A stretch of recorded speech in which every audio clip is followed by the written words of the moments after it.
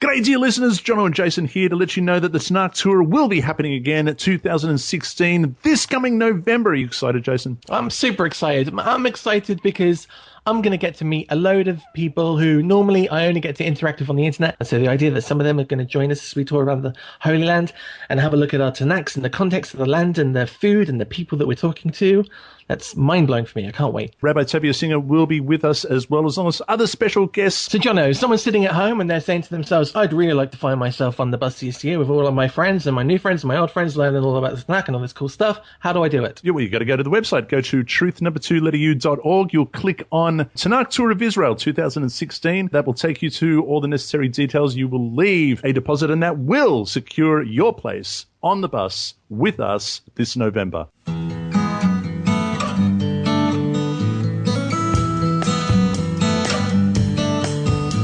G'day, wherever you may be around the world, and thank you for your company once again on truth2u.org. That's truth2u.org. Joining me is the Director of Education and Counseling for Jews for Judaism in Canada. The website is jewsforjudaism.ca. That's jewsforjudaism.ca. Welcome back to the program, Rabbi Michael Skobac. How you doing there, Jono? Oh, my friend, I'm doing better than you, I'm afraid to say, and I just want to tell the listeners how much I appreciate your dedication to the program. We did take a break from this a new series that we've begun, Exploring Psalms, and we started, of course, in Chapter 1. Today we will be doing Chapter 2. We took a few weeks because it's been Pesach.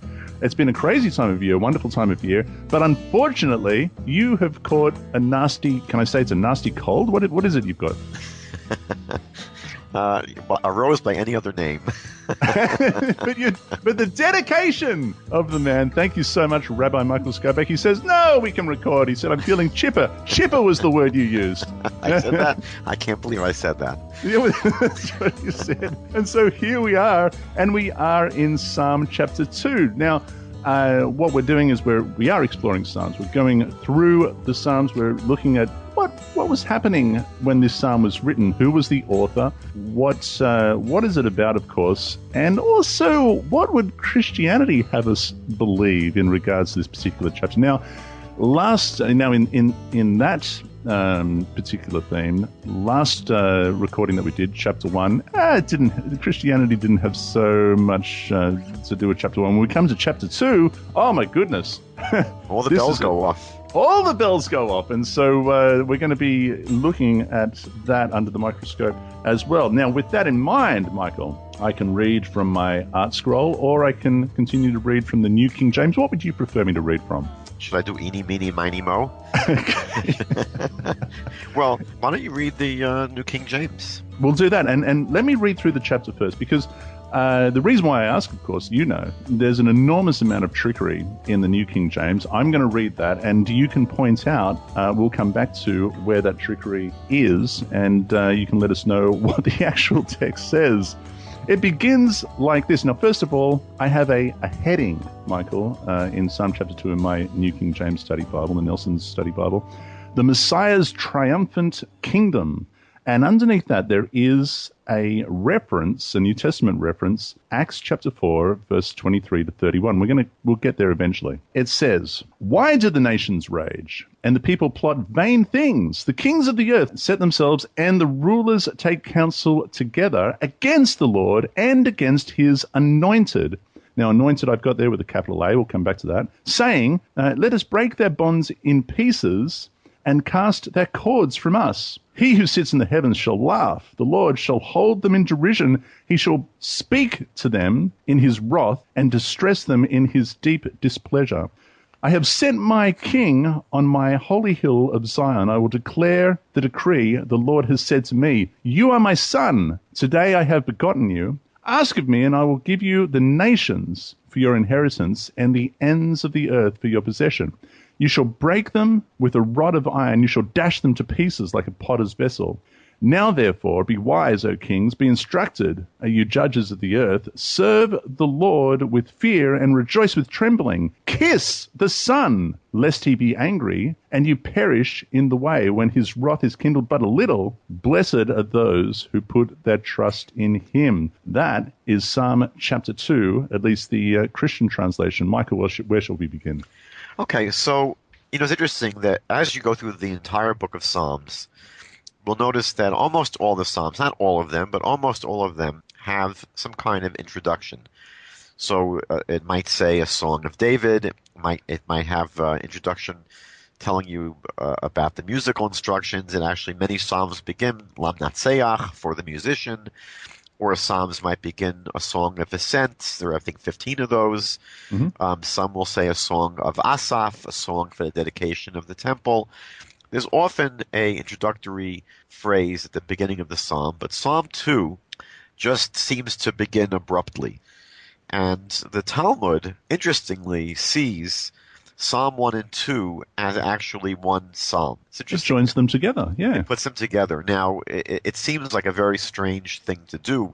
We don't see a lot of obvious connection between these two psalms, but the Talmud says in Tractate Brachot 10a, that any psalm that David begins and ends with Ashrei, meaning we saw that last time the first word in Psalm 1 was Ashrei, fortunate or blessed or happy. So any time that he begins a psalm with Ashrei and ends the psalm with Ashrei, it's particularly beloved to David.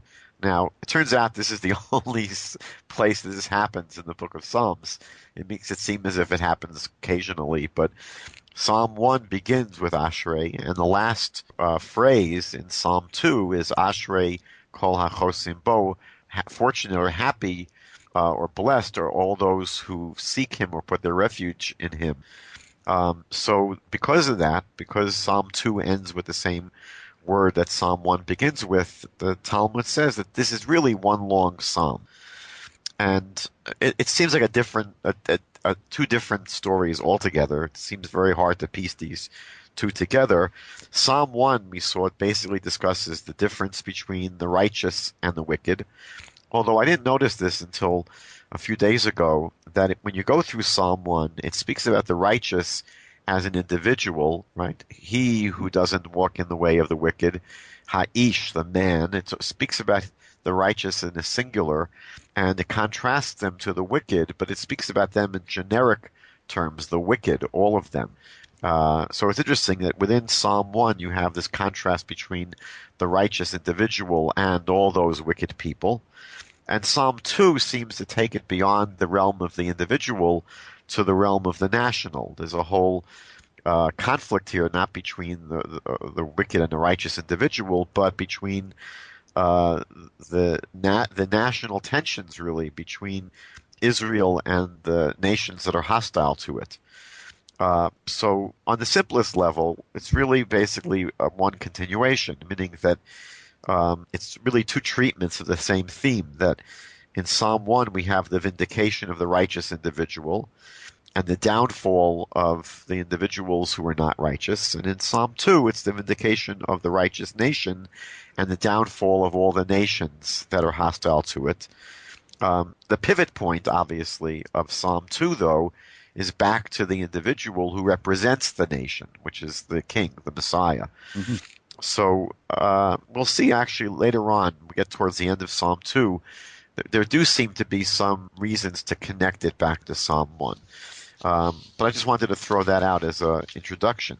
Now, it's an interesting thing that Psalm 1 and Psalm 2 are not identified with an author. The reason why we have in, as I mentioned before in my New King James Study Bible, a cross-reference in the subheading of Psalm 2, Acts chapter 4, 23 to 31, is because it is in fact the New Testament that identifies the author of these psalms, particularly Psalm chapter 2, as David. Yeah, and I think that we would agree with that. The most Jewish understandings is that unless there's a reason to assume otherwise, that David is the author.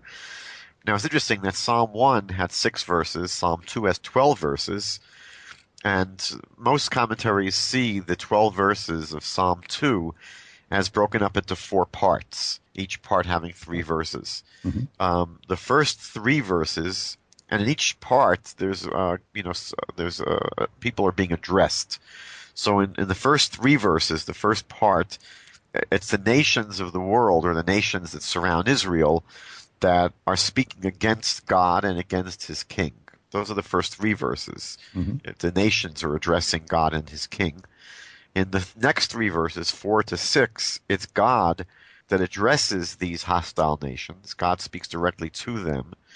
In verses 7 through 9, the king relates the words of God to him, meaning what God spoke to the king now repeats and tells the audience. And then finally, in verses 10 to 12, the king addresses directly the hostile nations.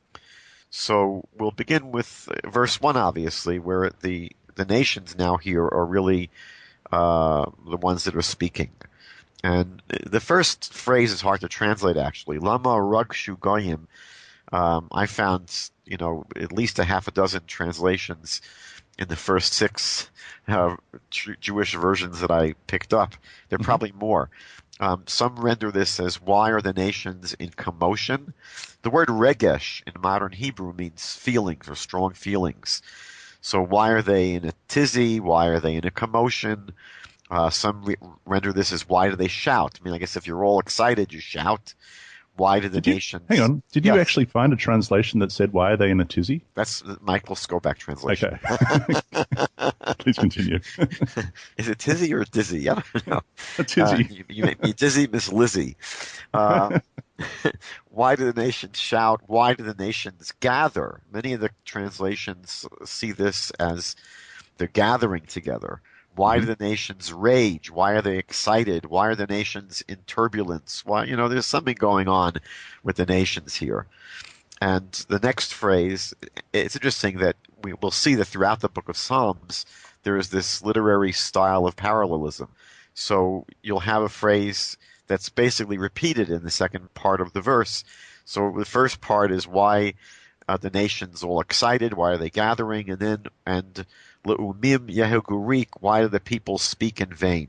Or why do they plan in vain? Or why do they speak emptiness? Mm-hmm. Some of the commentaries actually did some interesting fine-tuning to explain the differences between the different segments of the verse. So there are 2 words that are used here for the nation. One is in the first half, goyim, which are actual nations. Mm-hmm. And the Malbim points out that this is usually describing nations that are defined geographically, like a geographical nation, like a country on a map.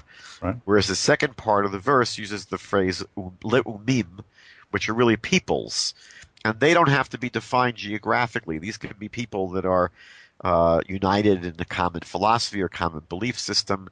So that's why he says the first half of the verse describes the nations who are gathering, because these people come together physically, whereas the second part, which describes peoples who may not be together in the same country geographically, they speak in vain, they plot emptiness, they plan, they can communicate like Islamic State, for example. It's not a country, but it's a people with a common agenda or a common philosophy, if you like, to achieve whatever. They would like to see themselves as a country, but you're right, they're an ideology that would like to sort of upgrade to becoming an actual nation. So there, for some reason, we don't know yet, the world here, the nations are all excited. They're all, going nuts. And in verse 2, right, we see what's going on. Yityatzvu malchei aretz, the kings of the earth take their stand, or they assemble, they stand ready, they rise up. So the kings here are rising up. And so in the first verse, it was talking about nations and peoples, but here it's going to the leadership, that the kings are rising up, and the Rosnim, the lords or the rulers, Nosdu Yachtav, they conspire together, they take counsel together against what? So it says against Hashem, against God, and against his anointed one, against his Messiah. This is the Jewish king. This is God's king, who is referred to as an anointed one, meaning that we know from the scriptures that the Jewish kings were anointed with oil. We see now. I've got now, as I mentioned before, I've got anointed with a capital A, thereby What my New King James means by that is that they're subscribing deity to this anointed by putting a capital at the beginning. But we know that, as you mentioned, the kings of Israel are anointed. Are we talking about a king of Israel? Are we talking about David? Are we talking about a messianic king, that is an eschatological king? Or are we actually talking about Israel? Who is this anointed one talking? Who belongs to this description? That's a $64,000 question here. Okay. I'm surprised that they didn't translate this in the New King James as against God and against his Messiah. I mean, usually they translate Mashiach as Messiah.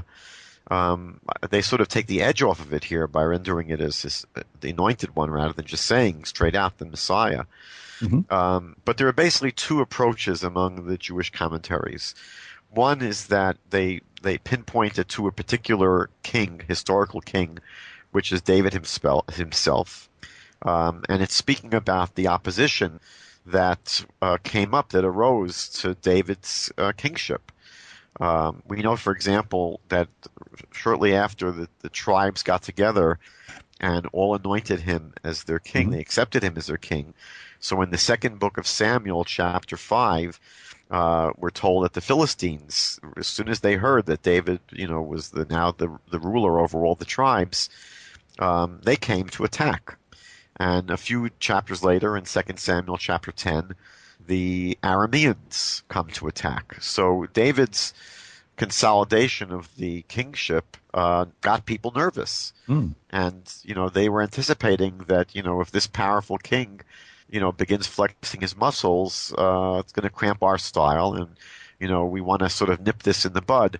So there was opposition, and not just opposition, with letters to the editor. There were actually, attacks. There were invasions. So one approach is that this is a psalm speaking about the opposition to the kingship of David in his lifetime. The other way it is seen in the commentaries is more, as you said, eschatological, that it's speaking about the eschatological anointed one, which we refer to as the Messiah. And we know, if you go through the book of Ezekiel, chapters 38 and 39, if you go through the book of Zechariah, chapter 12, we know that in the end times there's going to be a massive invasion of Israel by the nations of the world. And it's interesting that the leader of Israel at that time will not really be the Davidic anointed one. It's going to really be, in Jewish tradition, the Mashiach ben Yosef, because the Davidic Messiah doesn't really rise up until shortly after these attacks begin. But one way in which this chapter is seen is that it's referring to some anointed, person of God, really in the end times. And so we know that's going to happen as well. But I think there are two things that we need to observe here, two things to notice. That number one, what is very clear from this verse is that this anointed one, this Messiah, is not God. Because the verse distinguishes between God and his Messiah. It doesn't say God the Messiah or the Messiah God. It's God clearly as differentiated from his Messiah. And secondly, in the New Testament, we didn't see any occasions where Gentile nations came to fight or wage war against Jesus or against his followers, meaning that whatever this chapter 2 is describing, it had nothing to do with the life and career of Jesus. Now, many Christians would have to say, well, this is talking about, the return of Jesus and the end times when he comes back in the second coming. But again, that doesn't really help you apply it to the life of Jesus. And we see that throughout the New Testament. It's interesting that it's specifically verse 7, which speaks about, the son here, God says to the king, "You are my son." It's there in the New Testament, specifically applies this chapter to Jesus. It jumps upon it, yeah. Yeah, so they do try to associate this chapter with Jesus during his actual lifetime. But there is no association, meaning that it's just basically wrenching verses out of context, because it's very clear that the context of this chapter 2 in Psalms is one where there's actual a war, there's fighting, there's opposition, between whoever it is and these hostile nations. And this is the way that it's done in my New King James Study Bible. In the study notes of chapter 2, verse 2, it says, Lord refers to the Father. His anointed, with a capital A, refers to the capital S Son, is what it says. The word conveys a sense of royalty. For kings were anointed. The kings of the earth would attempt to withstand the very king, capital K, of the universe. All of a sudden, it's not the king of Israel, it's the king of the universe. A little bit of sleight of hand there. Yeah, I mean, they have to do a little bit of bobbing and weaving to to make it work out. But we see that what's going on in this psalm is that the nations and the peoples of the world, are excited. Something's getting them upset. And we're not really sure yet in this psalm why are they so excited and upset. But they say in verse 3, they say, let us cut their cords, mosrosemo, see what that word means in a second, and cast off their ropes. So what is this referring to? Why are they saying, let's cut their cords and cast off their ropes? So there are three ways that I've seen it explained. One is more limited. If you understand this as speaking about the opposition to King David himself.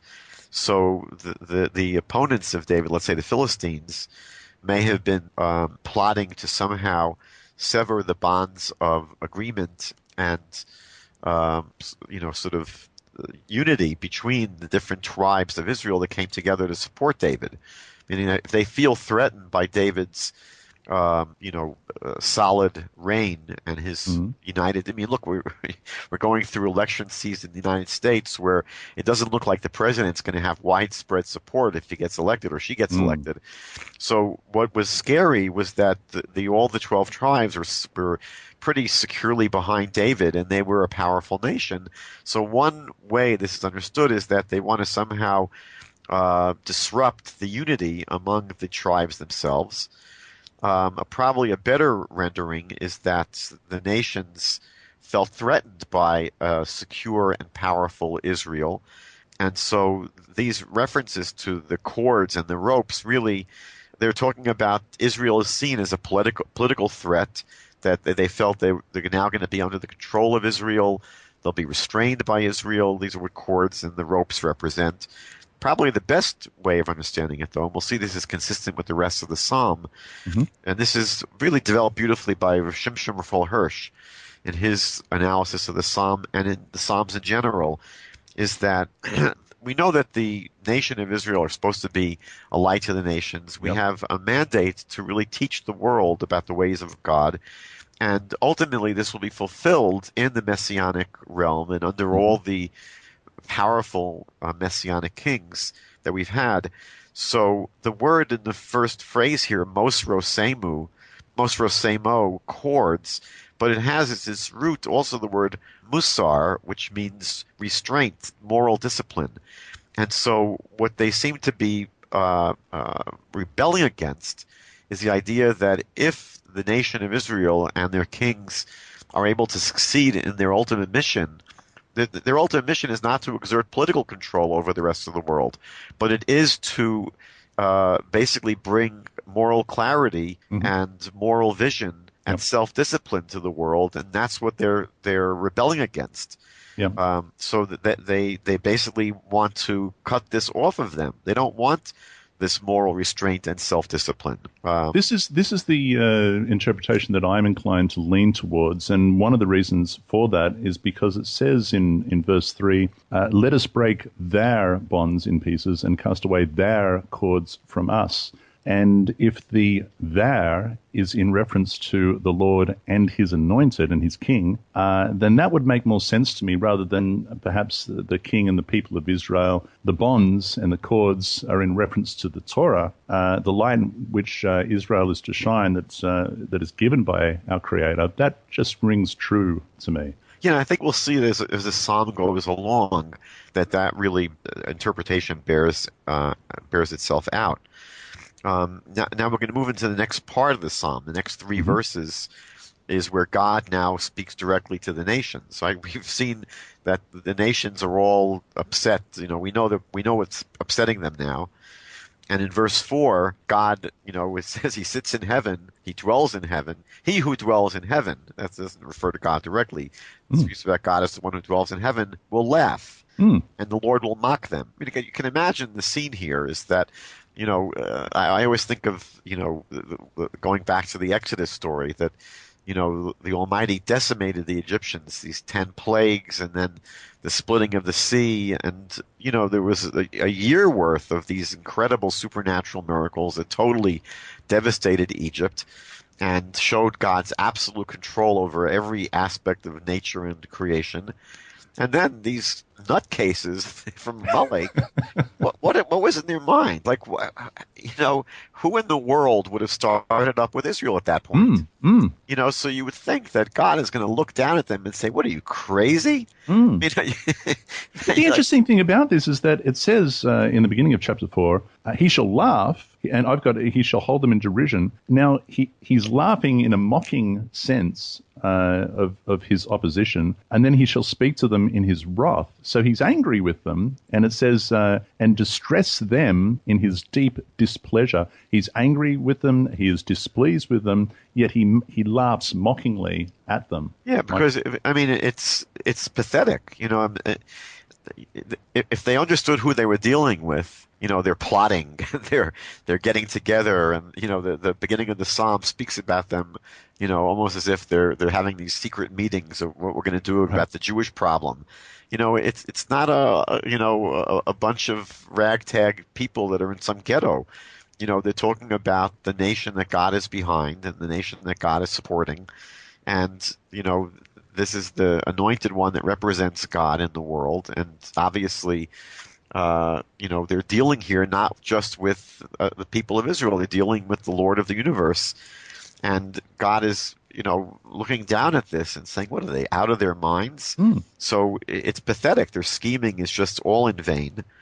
And obviously, we can't really speak about God being angry. Maimonides speaks about this at length, that these are just, human terms that we use to express, in the terms that are meaningful to us.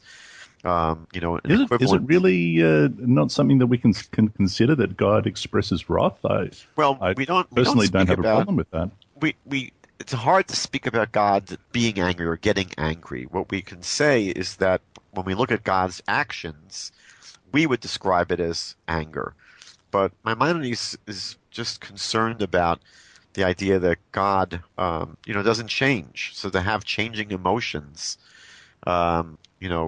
it sort of interferes with at least how Maimonides understood the nature of God.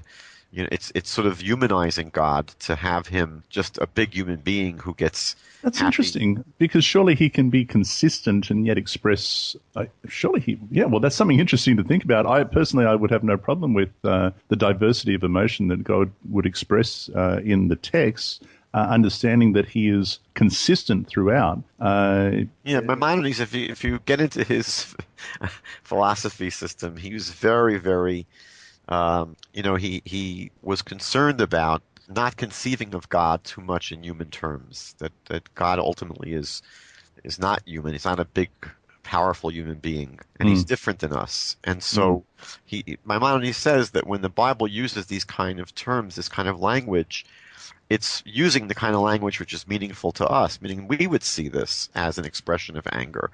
But he's saying that God as God qua God, doesn't have emotions like we have emotions. So our personal expression of anger is not to be equated with God's expression of anger. We should examine the context of such statements and try and understand what that means. Yeah, if he stubs his toe, he doesn't curse and say, Right, yeah, that's right. No. He doesn't say but he says, he goes on to say to he addresses them, I suppose, and says, "Yet I have set, don't you people know that I've set my king on my holy hill of Zion?" He affirms that to them as if to say, he says, "What's the point of what you're doing?" Right, you're opposing me. He says, don't think that by attacking Israel and their king, you're going after this little nation, because Israel is always a little nation. We're never going to be a billion people. So God is saying to these nations, you're starting up with me. These are my people. And so he says here, right, I myself, in verse 6, I myself have anointed my king. He's not just the leader of Israel. This is the king that, God is saying that I've put him on the throne, and you're starting up with me. So God is trying to let these nations know what the big picture is here. They could easily lose sight of this. They could easily just think of, if they're not God conscious, right, they could just see in terms of world politics, what's Israel? The great startup nation, but after all, they're just 15 million people in a little tiny country the size of New Jersey. God is saying, no, it's not just that. Behind the scenes, they've got the creator of every molecule of existence behind them. So don't mess around with them. So now is when the psalm gets interesting. Until now, it's been sort of simple. Now we go to the voice changes here in verse 7, right? Yes. Now we're going to the king that really recounts what God told him. And in verse 7, let's say it's David that's speaking. That would be the simplest way of reading the psalm. Sure. The first phrase is very, very hard to translate. Asaper el chok. I have a number of ways of rendering it. I am obligated to proclaim. I will speak on behalf of the pronouncement. I will tell of the decree. I'll recount it as a statute. I mean, none of these translations seem to make any sense even. But David is basically starting off by saying, I'm going to have to say something here. What is it? So what he's going to have to say is, Hashem Amar Eli, that God said to me, B'ni ata, you are my son. Ani hayom yiladiticha. I have begotten you this day. So is it possible to speak about David or some other Davidic king being God's son and that they were begotten by God? The truth is, we know from Scripture that God describes the Jewish people generically as his son, as his firstborn. That's in Exodus 4:22.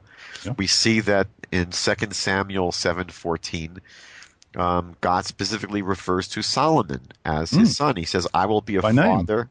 Right. And he says, I'll be a father to him and he'll be a son to me.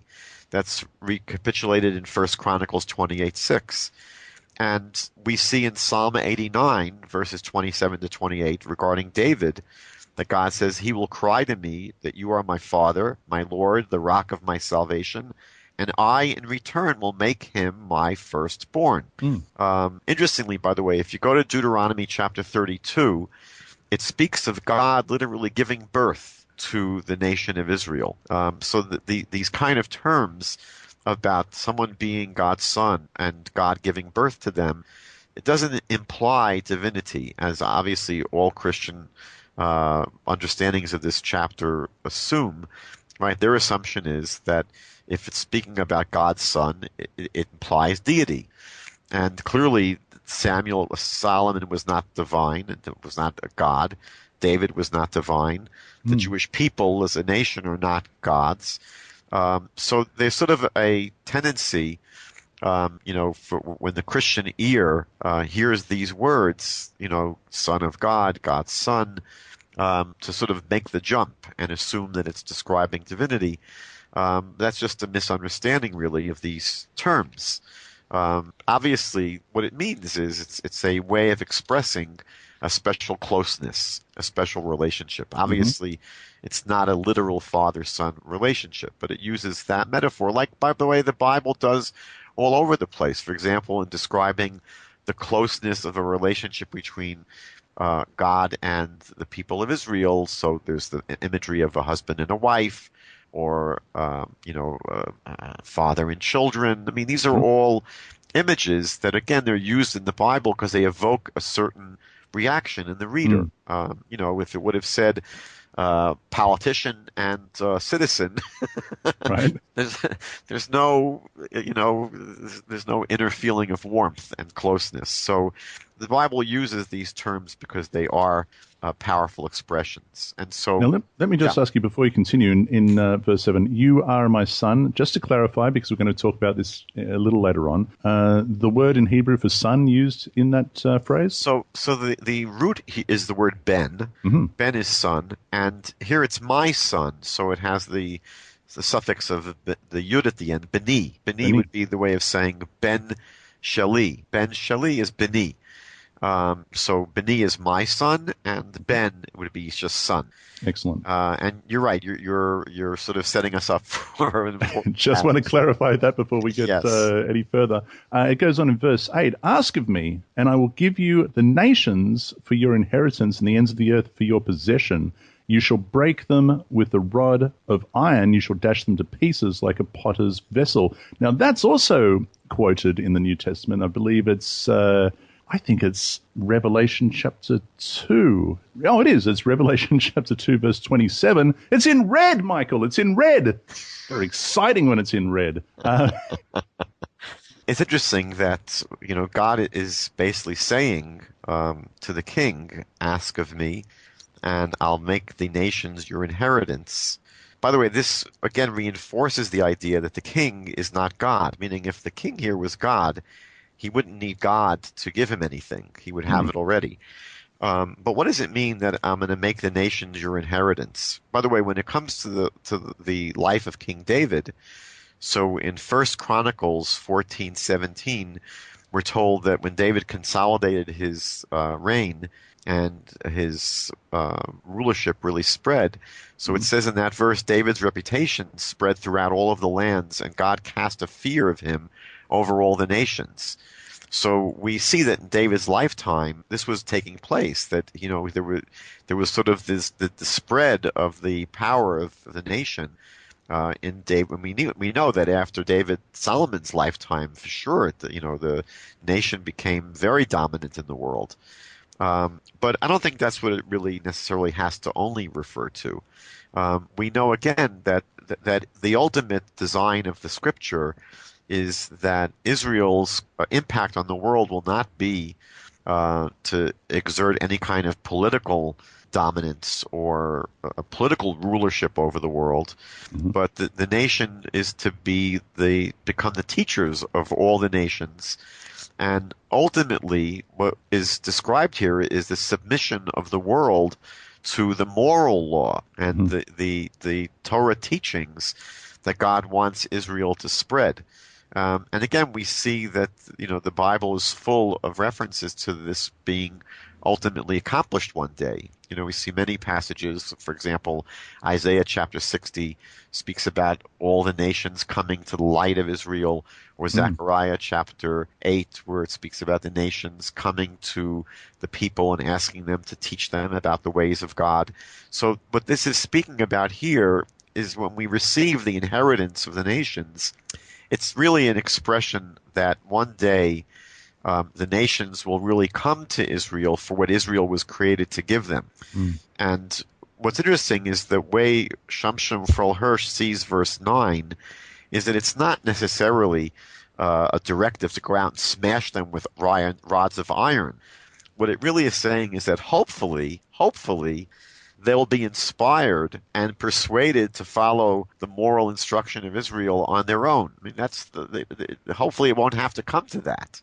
But if you have to break them, what's going to happen is they'll have to be broken of their opposition. They'll have to be broken of their stubbornness. Putting down the rebellion that we read about in verse 3. Is that fair? And it doesn't have to necessarily only be the rebellion with physical attacks, meaning that there's sort of a reluctance and almost a reluctance of the world to embrace the ways of Israel.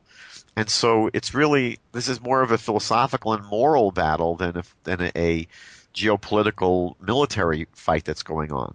So the way Hirsch would see this is that it's not necessarily describing them being literally smashed with rods of iron. These, again, are metaphors for them becoming submissive to the moral instruction of Israel. And it may require, at some point, the use of force. Hopefully it will not. Hopefully they won't have to, have that happen. But even if there has to be the application of force, it may just be the flexing of the muscles of a mighty Israel. But I think really it's sort of them becoming overwhelmed by the truth that Israel represents. And again, when you go through the rest of the Bible, taking the scripture as a general context, you see that happening. You see that in Jeremiah chapter 16, the nations on their own will come to recognize the falsehood of the ways they've been walking. So it doesn't have to be necessarily a physical battle where people are physically pummeled into submission, but by just exposure to the message of Israel and the teachings of Israel and the light of Israel, that they'll be broken of their resistance. And I think that you could read this very easily on a non-physical level. But for the person who likes to see, blood and gore, maybe it is speaking about for a more R-rated reading of the chapter. Perhaps we're talking about actual rods of iron. But yeah. We'll wait and see. Yes. The last three verses. Now therefore, be wise. So these kings. three, by the way, this last triad, right? Because we had four triads. This is where the king is not speaking about the nations, which he was doing in the previous three verses, directly to them. Yes. So now, therefore, be wise, O kings. Be instructed, you judges of the earth. Now, if we stop there for a second, when I read that, it reminded me of Isaiah chapter 53. Because there we have the kings and the nations, the kings of the earth saying, we were wrong. Exactly. We didn't understand. But now we understand. There's going to be an aha moment. An aha moment. Yeah. But I think that's what he's saying here. I think what David's saying here is to the nations, look, now that you guys understand that God is behind us, I mean, that's been what the message was in the previous verses. So now that you understand who we are and who's behind us, he's saying smarten up, right? Wise up, meaning smarten up and get with the program, right? Because David, the king here is saying, look, you have seen in the previous verses that I've been given permission to knock some sense into you if necessary, right? So, this is maybe not so much of a threat physically, but maybe it is a threat physically. Maybe it is. The thing also, and this is a little bit of a side note, but the thing I love about this, as an eschatological perspective, a messianic era chapter, if you like. We often hear these days about how anti-Zionism is the new anti-Semitism. And I love that it is in chapter 2, verse 6, where God says, I have set my king on my holy hill of Zion. Don't you understand? This is what I've done. This is the importance of Zion. I love that that's the clarification to the kings of the nation and those who would set up rebellion against the Lord and against his anointed. Nevertheless, he says in verse 10, now therefore be wise, O kings, and be instructed, you judges of the earth. Serve the Lord with fear and rejoice with trembling. Okay, Michael. So, by the way, in the previous verse, the same word comes up about being disciplined. Right? What he's saying is submit to God's moral law and discipline. I mean, that's what this whole psalm is really about. It's really a plea with the nations that get with the program. And the program is not for you to be beaten up by Israel. The program is for you to be instructed by Israel.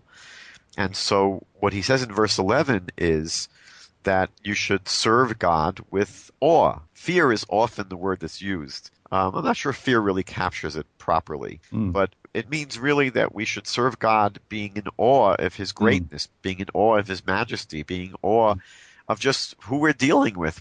Just the realization that we're speaking here about the creator of all of existence. And not just the creator, but the one who oversees and supervises and controls every molecule in the entire realm of the universe, everywhere. That should be overwhelming.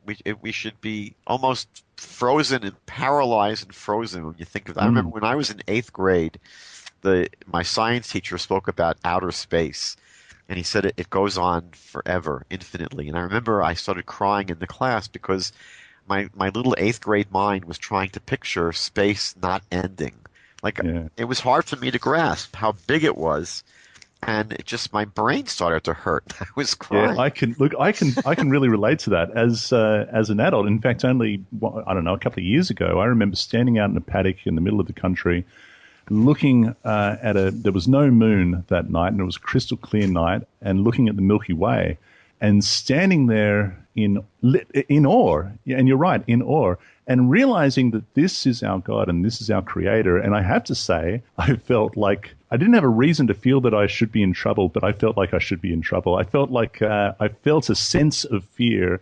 And it's that kind of fear that you feel, as you were just explaining, beholding something with great awe. It was like, oh my goodness, I can't even comprehend what it is that I'm looking at, and this is my Creator. Oh, I'm a little bit, I guess I could say I was a little bit trembling, I guess. Yeah, and also I guess you feel very small in that. Very, very small. A piece of dust on a piece of dust. Yeah, and what sometimes they speak about is the fear is really that once you are in touch with this idea, once you're in touch with the reality of God, and you have a life that centers on being conscious of God's presence at all times, so you're in a relationship with God at that point. And the fear is of losing the relationship, meaning the fear is that once you have a relationship with God, the fear is messing up your relationship and doing the wrong things. That's where the fear comes in. But then, paradoxically, it says, rejoice with trembling. Now, there's a whole body of literature just on these two words. Go through Jewish sources on this. It's quite amazing. But one idea is that it's saying that once you've come to recognize the awesomeness of God, so it says now, celebrate your coming to serve Him in awe, meaning that when it says rejoice with trembling, what it's saying is celebrate, right? The fact that you've come to tremble in His presence. I mean, the fact that you've come to this place of understanding that there's a God that created every atom in the universe, and that's an awesome thing. Celebrate that. Rejoice with that. And then it's saying really as well, and even when you're rejoicing, you should still feel awe of God. You should be in fear of God. Often people, when they're rejoicing, they get lost in that, and they lose track of the fact that they still are standing in the presence of God. They've got to sort of be balanced. Then we come to verse 12, which is really the, This is a big one. This is the most, I guess, controversial part of this chapter. You read it before. Yeah, let me read it again just to remind everyone. This is the Christian translation, and I even have a little asterisk in front of this. Kiss the Son, capital S, lest he be angry and you perish in the way. When his wrath is kindled but a little, blessed are those who put their trust in him. Yeah, what do you have in the Hebrew? Okay, so the Hebrew here is nashku bar. Nashku bar. The way it's used, I'll give you a few traditional Jewish translations. Some translate it not as kiss the Son, but as yearn for purity, or desire the pure, or embrace purity, or worship in purity, or do homage in purity. Now, why do they have these translations? So, first of all, let's look at the word nashku. The root is probably the Hebrew word teshukah. Nashku is from the word teshukah, which means desire. And that's why they have this idea of yearning for something, embracing, doing homage, worshiping, desiring. Now, we know that desire often expresses itself in a nishika, which is a kiss. So the word nashku could be a directive to a group of people to kiss. But kiss probably is just an awkward way of saying awkward way of translating what the meaning of the verse really is here. Kiss is an expression of yearning, of getting close, of embracing. Now, the word bar appears 22 times in the Tanakh. 15 times it means grain. It's a word that's used for grain. And 7 times it means pure or clean. There's a variant of bar, which is bor, spelled basically the same way, and it appears 7 times in the Tanakh, and it also means pure. And that's why this is a phrase translated as, if you want to say kiss purity, but again, it sounds bizarre, so that's why it's translated as yearn for purity, or embrace purity, or do homage in purity, or desire purity, etc. Now, what's interesting is that early on in Christianity, It was not translated as kiss the son. That really doesn't start until about the 16th century, believe it or not. Mm-hmm. The Latin Vulgate, which was done in the 5th century, has the translation worship in purity, just like any modern Jewish translation. Mm-hmm. So really, this kiss the son wording is relatively recent, in the sense that it's in the 1500s. It's interesting. I even have that in the, as I said, there's an asterisk next to these phrases, and it says the Septuagint and the Vulgate read, now I've got embrace discipline. The Targum reads receive instruction. Yeah, so I didn't check the Targum or the Septuagint, but the Vulgate has basically worship in purity. And I want to just spend a few minutes looking at why this sort of post-16th century Christian translation is problematic. First of all, it is a poor translation, as I'll explain in a minute. But if you had to use it, meaning if you had to translate this phrase as kiss the son, then it would obviously be a directive to embrace, and directive to the nations to embrace God's son that we saw back in verse 7, which would either be David himself, according to the simplest way of reading the psalm, or the future messianic king, if you had to translate it as kiss the son. But there are several problems. I'll just mention 3 problems with this translation. Number 1 is that bar is not a Hebrew word for son. Right. We saw, as you mentioned, back in verse 7, that the Hebrew word for son, and it appeared in verse 7, is ben. Ben is the word for son, not bar.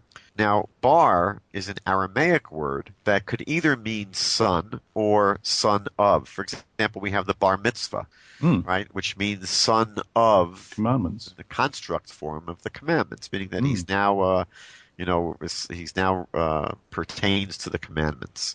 But why would you have an Aramaic word appearing here in the book of Psalms? There are no Aramaic words in the book of Psalms. You do find much of Daniel is written in Aramaic, and you see a few Aramaic words creep into the book of Proverbs, but there are no Aramaic words in the book of Psalms. And why would you go cherry picking in other languages to suit your own agenda? Especially when you already had a word used just a few verses in earlier. The same chapter, a perfectly good Hebrew word that for is the used word son, right? Yeah. And also, why suddenly switch to Aramaic here? Another problem is that nashku bar, if you're using the Aramaic bar, would only mean kiss a son. Kiss the son would have to be nashku bara. Bar is not the definite article. So even if you wanted to say this is an Aramaic phrase that somehow slipped into the book of Psalms, you couldn't translate it as kiss the son. It would have to be kiss a son. And it would be a different Aramaic word for kiss the son. And finally, why would it be that Christian translations, whenever they came across this word bar, throughout the other places in Tanakh, 21 other places in Tanakh, where they always translate it as purity or as grain, depending on the context, why did they translate it properly in all those other places? But here is the only place where they change it, and they say it doesn't mean. So this is obviously a very, very problematic translation, especially since we saw that in the earliest translations done under Christian hands, they didn't even consider this idea of kiss the son. And so when it fits into the motif and the theme of the entire psalm, what it's saying in verse 12, what the king, what David is saying to the nations is, look, he's been urging them to get with the program, to smarten up, to embrace God's message, to embrace God's discipline. So now he says to them in his concluding remarks, he says, look, embrace purity. That's what he's urging them to do. That's the message throughout the psalm, by the way. The message has not been to embrace him. I mean, he shouldn't fight against me if I'm the king of God, anointed by God. But he's been urging them all along to embrace God's ways, embrace God's discipline, embrace God's messages. And so he's saying here, embrace, yearn for purity. And if you don't, right, God's going to grow wrathful. And look at this, it's very interesting. And your way will be doomed. V'tovdu derech. Now, if you go back to chapter 1, verse 1, it said that, I'm sorry, it's not verse 1, I think it's towards the end of the chapter, in chapter 1, it says, V'derech Rishaim Toved, the way of the wicked will be doomed. So it's really the exact same expression. We saw that the end of chapter 1 spoke about the individuals who are wicked, and their way will be doomed. And now the king here is speaking to the nations of the world and saying to them as peoples that unless you get with the program, your way will be doomed. And it's another reason for connecting Psalm 1 with Psalm 2, because basically the consequences of not following God are exactly the same in both of these Psalms. Because in a brief moment, God's anger will flare, it will blaze. Happy are those, Ashrei Kol Chosebo, happy are those who put their trust in Him or who take refuge in Him. So just to clarify, verse 12 says, in at least in the Christian translation, they would have us to believe, kiss the Son, capital S, therefore ascribing deity, therefore they're asserting that this is about Jesus. So really they're saying, kiss Jesus, lest Jesus be angry, and you perish in the way when Jesus' wrath is kindled but a little. Blessed are those who put their trust in Jesus. It's what they're trying to assert.